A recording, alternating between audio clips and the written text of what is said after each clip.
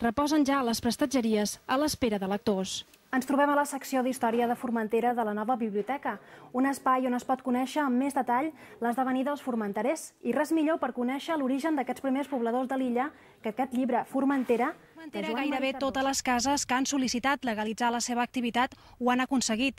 No passa el mateix a Eivissa, on només el 22% de les 400 cases que ho han demanat ofereixen de forma legal el seu allotjament. L'illa ja està des d'aquest cap de setmana preparada per assumir la temporada d'estiu. Aquests dies ja ha obert el 90% de la planta turística de l'illa, així com també l'oferta complementària. El bon temps ha estat la tònica dominant d'aquests dies, excepte avui, que els nebulats han començat a fer acte de presència. Bon dia.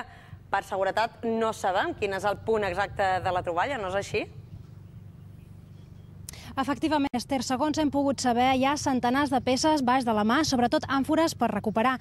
És per això, per evitar expoliacions i donada la importància de la troballa, que no podem conèixer amb exactitud el punt on es troba el vaixell enfonsat. Aproximadament sabem que és el pas d'Esfreus, el pas natural que hi ha entre Eivissa i Formentera, que teniu aquí darrere meu. Era un punt estratègic i és encara un punt molt important, una ruta molt utilitzada per les embarcacions a l'antigor i que fins i tot es perllonga fins avui dia. Les restes que ara podreu veure en el vídeo, també l'objectiu és que puguin estar en el futur en el nou museu de Formentera que s'ha de construir.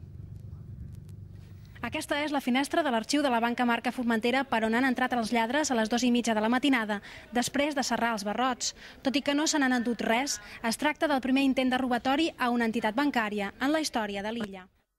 Un equip d'IV3 ha esperat el vaixell al port de la Savina. Antònia Castelló, bon vespre. L'arribada del NICSE posa fi a 2 dies d'incertesa.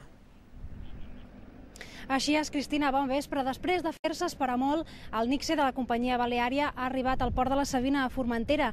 Ha estat avui capvespre després de 48 hores sense poder sortir del port d'Eivissa. Si la situació hagués continuat, podria haver tingut conseqüències econòmiques importants. De fet, els comerços de l'illa feia des de divendres que no rebien mercaderies. Les botigues que més han patit han estat les fruiteries i les carnisseries.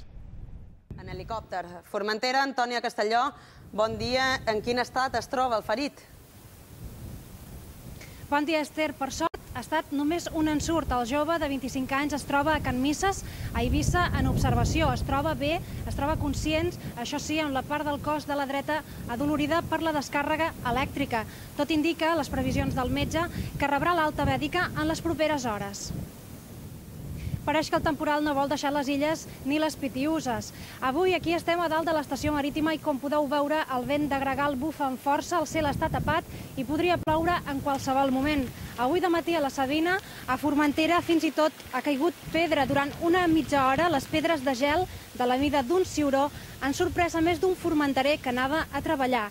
A altres punts de Formentera, la pluja també ha fet acte de presència. Alguns formenterers no s'ho esperaven.